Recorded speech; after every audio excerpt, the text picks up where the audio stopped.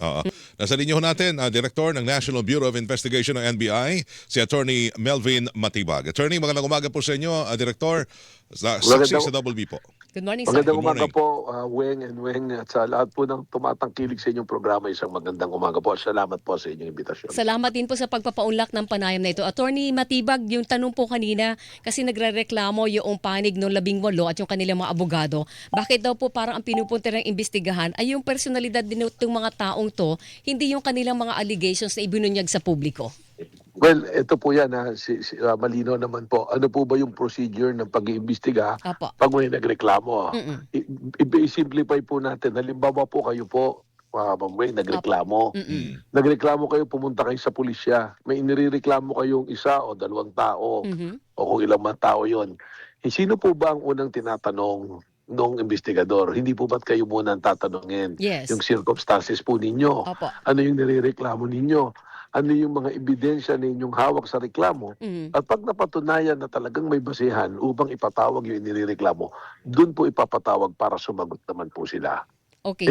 Yun po yung ginagawa namin ngayon. Mm-mm. Kine-check namin po yung kanilang reklamo, iniimbestigahan, pero hindi po nangangahulugan na hindi namin iniimbestigahan yung sinasabi nila. Mm-mm. Ang example na lang nga po nito, meron po kami mga inisyong subpoena ducis tecum, kagaya po nung sa air taxi dahil binanggit po nila na merong insidente na ginamit nila yung air taxi. Mm-mm. So tinitingnan po namin hindi yung personalidad kundi yung kabuuan ng salaysay po nila na amin po tinitingnan. At syempre po, habang nag-iimbestiga kami, lahat ng anggulong pumapasok ay amin po susundan at iimbestigahan para makarating po tayo sa katotohanan. Linawin natin, Ganun Attorney. po dapat. Attorney, linawin lang.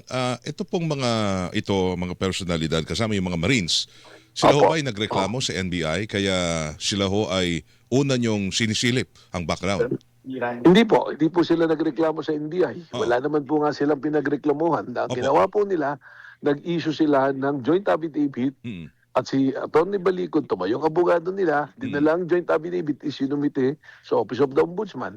At ang Office of the Ombudsman naman po ay dineputize po ang National Bureau of Investigation para imbestigahan po ang kabuuan nito. Ganun Okay. po ang nangyari dyan. Pero tuwing di ba pag nag-i-issue ng subpoena, ibig sabihin meron kang dapat ipaliwanag. Oo, Di ba? siyempre. Mm-mm. Oo. Tama po. Oo, Tama po. At nasa kapangyarihan po ng NBI ang mag-issue ng subpoena. Pero pag nabigyan kayo ng subpoena, either kayo ay pinagbibintangan, suspect o person of interest. Person of interest, maaari po kayong suspect, maaari Oo. kayong witness, maaari po kayong biktima. Ano ang turing ho Ganun po dito yan. sa Marines na ito ngayon? Persons of interest po sila ngayon kasi we have to validate yung reklamo nila. Kung totoo po yung reklamo nila, they will be treated as witnesses. Kung meron po silang ibang ginagawa other than yung sa pagrereklamo talaga, may ibang hangarin, they can be a suspect. At kung naman po sila ay mapatunayan ginagamit para sa isang hangarin na mali o maling gawain, pwede po silang maging biktima. So sa ngayon po, nandoon po tayo sa stage na yun. Fact-finding po yan. Tinitingnan po natin kung saan po dadali talaga yung ebidensya. Ito pala, mga At sino dating po ba bodyguard. ang unang naglabas nito? Hindi po ba't sila? Mm-mm. Kaya sino po ang unang magbibigay ng kaliwanagan? Oo. Hindi naman po siguro tama, nagbanggit ka ng mga pangalan, papatawag mo na. Babalik po ako doon sa basic example, napunta kay pulisya, sinabi mo, etong si Juan de la Cruz na to, nagnakaw sa bahay ko to. Mm-mm. Ako po ba, hindi ko na kayo tatanungin, pupunta ako na si Juan de la Cruz, at halika nga, ipaliwanag mo bakit nagnakaw ka. Mm-mm. So sa course Hindi po ng ganun yung proseso. Attorney, sa course ng inyong investigation, matutukoy ninyo kung halimbawa may maling sinabi ang 18 na ito. Halimbawa pa Tama may po. natukoy kayo, ibig ba sabihin niyo pwede niyo rin i-rekomenda ang pagsasampa ng kasong perjury laban sa kanila? Tama po, kung may mali pong Aha. sinabi, kung may inconsistencies, at yun po ay sworn statement, perjury po yung kaso niyan. Sa ngayon ba may natutukoy na kayong punto na hindi tama doon sa kanilang mga sinabi? Sa pagkakaalam ko po, may nagkaso na ng perjury si Congresswoman Leila de Lima dahil doon pa lang po sa unang statement sinabi na maleta tapos naging paper bag. Ganun po. Tapos yung time frame na sinasabi, sabi ni Congresswoman de Lima, noong time na yun, nakadetain ako, paano ako magiging involved sa ganyan. So doon pa lang po, may inconsistencies na. Yun nga po sinasabi ko, yung sa air taxi. Mm-mm. Sinabi nila na umargila sila ng air taxi, pumunta ng Lawag ng Ilocos at nagatid ng 5 maleta doon po sa bahay ni Pangulong Bongbong na tinanggap yung 5 maleta doon. Nung hiningi po namin yung flight record ng air taxi from 2020 to 2025, wala pong record. na nagkasama si Sergeant Bernard Tube at saka po si Saldico. Attorney, So ngayon, yun po yung mga detalyeng aming tinatanong Yes, bago sir. namin ipatawag yung inaakusahan nila para masiguro po na talaga namang tama yung direksyon na pupuntahan. hahantong din po ba kayo doon sa punto na iimbestigahan nyo naman yung mga taong laman ng kanilang affidavit na di umunay na-deliveran po ng mali-maletang pera?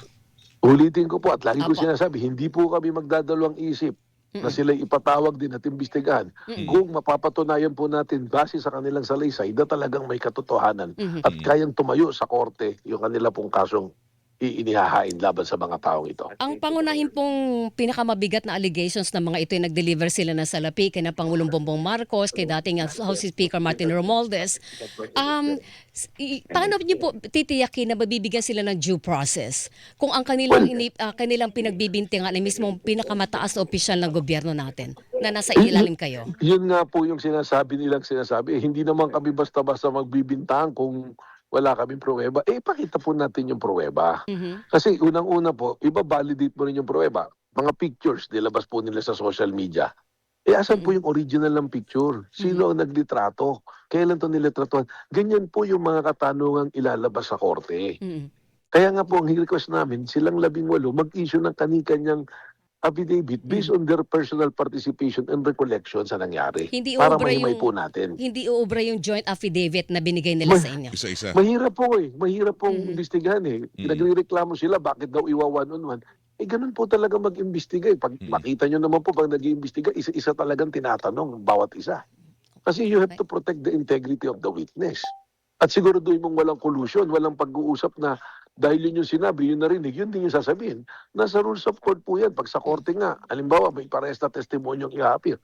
The lawyer can move the excuse muna yung witness na yun para hindi marinig yung testimonya ng isang witness. Opo. Ay humarap na po. May basehan po yan. Opo. Humarap na po sa inyo once ang mga ito, ipapatawag ba sila ulit?